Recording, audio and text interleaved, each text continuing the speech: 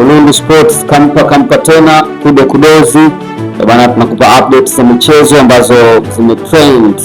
Kubwa zaidi ni Yanga kuchukua ubingwa wa Kombe la Mapinduzi baada ya kumpiga Azam kwa penati 5-4 baada ya mchezaji wao mmoja Azam kukosa penati anayekwenda kwa jina la Zuzu. Moja kati ya tukio kubwa ambalo haliwezi kusahaulika ni mchezaji wa Yanga Zouzoua Pacome kukosa penati ama kupiga penati mbili, moja akiwa amekosa ndani ya dakika 120 za mchezo, ambapo penati yake ya kwanza baada ya mchezaji wa Azam kuunawa Zouzoua Pacome alipopiga ile penati iliishia kwenye gloves za Aishi Salum Manula, golikipa wa timu ya Azam. Lakini katika mikwaju ya penati mitano ambayo Yanga na Azam walipigiana, Zouzoua Pacome alirudia kupiga penati upande ule na kuweza kufanikiwa kupata penati ile kwa mara ya pili. Tukio jingine ambalo limetrend na kubwa kupitia mechi hii ya leo ni kadi nyekundu ambayo ameipata mchezaji Diakite kutoka Azam FC, na hii ni baada ya kufanya foul mara mbili akiwa na kadi mbili za njano na kupigwa kadi nyekundu moja kwa moja. Mechi ilikuwa tough, mechi ilikuwa ya kipekee na kila timu ilicheza kwa timing za kufiziana, lakini mwisho wa siku wakamaliza dakika 120 bila kufungana, na Azam wakiwa pungufu ya wachezaji 10 baada ya mchezaji wao Diakite kula umeme. Lakini walipokwenda kwenye mikwaju ya penalti, Yanga waliibuka kidedea baada ya kushinda penalti 5, naye ni kaka mkuu ambaye ni captain ya timu hiyo Bakari Nondo Mwamnyeto Mdigo kutoka Tanga, ndiye ambaye ameua penalti ya mwisho kiufundi zaidi na kuiwezesha timu ya Young Africans kuchukua kombe lao la pili la Mapinduzi baada ya kuchukua kombe la kwanza au baada ya kuchukua ndoo ya ngao ya jamii, na sasa wanahesabu wana ndoo yao ya pili ndani ya kabati la Young Africans. Bana, Ulundu Sports, Ulundu Update kampa tena. Kati ya story ambayo tuko nayo nyingine ni upande wa pili wa mnyama unyamani, ni kwamba wana mpango wa kuwatoa kwa mkopo wachezaji wao wa 4 kwenda kutafuta timu nyingine kuchezea kwa ajili ya kuongeza baadhi ya vitu. Tunajua mmoja kati ya wachezaji hao inasadikika ni Joshua Mutale Dudo, lakini mwingine inasadikika ni Chamu Karabu. Wachezaji wengine wawili wanaunganisha idadi ya wachezaji wa 4, nao watakwenda kutafutiwa timu nyingine kwa mkopo kuchezea, alafu watarudi baada ya kuongeza msimu, lakini baada ya kumaliza msimu. Taarifa nyingine kubwa pia kutoka kwa jirani zao Young Africans ni utambulisho wa Alan Okello Starboy kutoka UG 256 Uganda. Umeona bwana, wengi tunamkumbuka katika tukio la dabi ya East Africa kwenye kombe la AFCON ambapo Tanzania ilicheza na Uganda. Alan Okello alikosa penalti, lakini pamoja na kufanya vizuri katika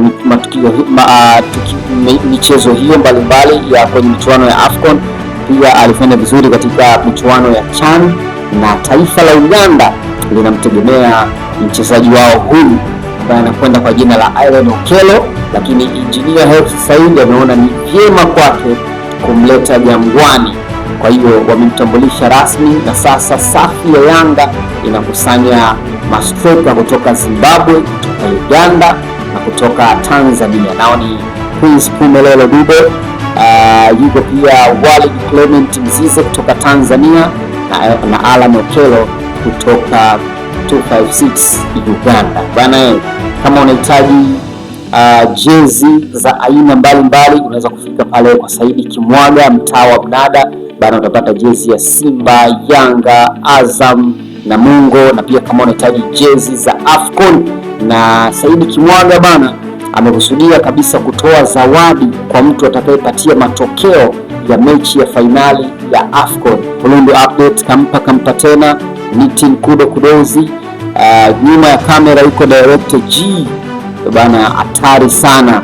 Lakini kama unahitaji spare za pikipiki, fika Mkunyuli ya Traders, unaweza kupata spare mbalimbali za pikipiki. Ukitaka Pia spare za maguta zinapatikana na pikipiki aina tofauti pale zipo, ukitaka Houseway, Boxer, TVS au Hunter, na pia ukitaka guta aina ya Sinoray 250 Q7 bwana, zote hizo Bakari Mkunyulia nazo, na jirani yake yupo Kivumbi Mkunyulia ambaye yeye ni mzee wa Yanga bwana. Ukitaka jembe, mizani na wananunua ufuta pale pale kwa mzee wa Yanga Kivumbi Mkunyulia, hakuna baya bana. Taarifa nyingine kubwa iliyo trend kwa siku ya leo ni klabu ya Real Madrid kutambulisha kocha mpya anayekwenda kwa jina la Arbeloa bana. Arbeloa ni mmoja kati ya wachezaji wakubwa wa klabu hiyo ya Real Madrid, lakini pia timu ya taifa ya Spain, naye alikuwemo katika kikosi cha timu ya taifa ya Spain ambacho kimechukua ubingwa wa Euro back to back mwaka 2008 na mwaka 2012, ile Spain ya moto ile, ambapo itazamiwa kushika rekodi ya Brazil ya mwaka 58 ambapo walichukua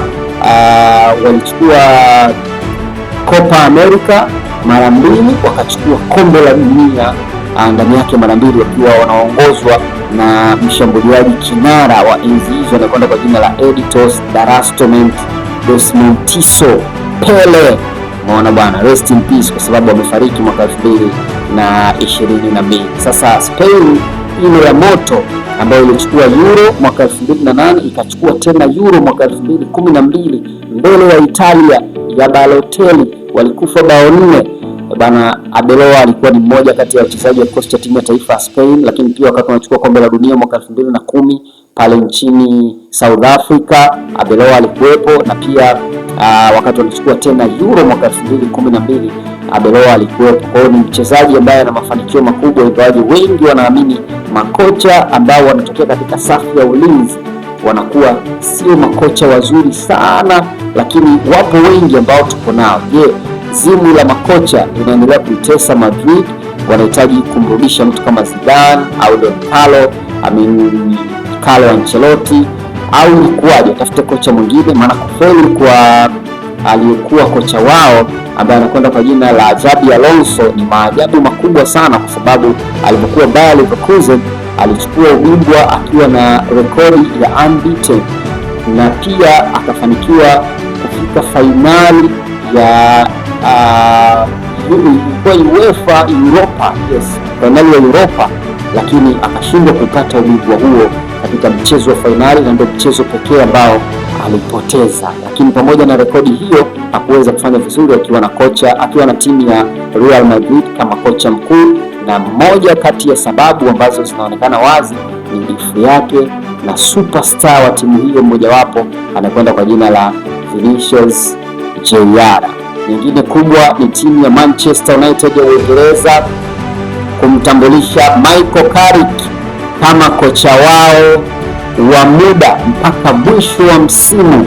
Bwana Michael Carrick ni mmoja kati ya wachezaji wa Manchester United miaka hiyo, na wamechezea kwa mafanikio chini ya kocha Sir Alex Ferguson, akiwa na wachezaji wengi wengine wa timu hiyo kama Paul Scholes, alicheza na watu kama kina Ryan Giggs, wale wachezaji ambao ni zao kabisa la Carrington Academy ya Manchester United. Michael Carrick yumo, na ni utamaduni wao kupandisha wachezaji wa aina hiyo. Ingawa kwa miaka karibuni wengi wao wamekuwa hawana mafanikio makubwa wanapochezea United, lakini wanaweza kufanikiwa wanapokwenda kwingine. Mfano nyota wao ambaye alikiwasha vizuri sana akiwa na klabu ya United, lakini kaenda kubahatika kupata ubingwa kwa mara ya kwanza alipokuwa kwenye klabu ya Napoli. Bana, Polundu Sports kampa tena. Shout out sana kwako wewe ambaye umesubscribe kwenye YouTube channel yetu, na usisahau kuweka on notification kila tunapo upload, unakuwa wa kwanza kupata habari zetu. Chanoga Agrovet wanakupa punguzo la viuadudu visivyochagua. Bwana, Chanoga Agrovet pia wanauza na wananunua ufuta, wanauza mbegu bora, mbegu za ufuta kama Lindy White na ziada, lakini pia wananunua ufuta. Umeona bwana, kama umevuna ufuta vizuri na unauza ufuta wako ukiufikisha pale Chanoga Agrovet mtaa mrefu, bwana, Chanoga wananunua bei yenye maslahi kwa mkulima. Mimi sina kazi ndogo kukufikishia taarifa hizi, tukufu kabisa bwana, sio mchezo.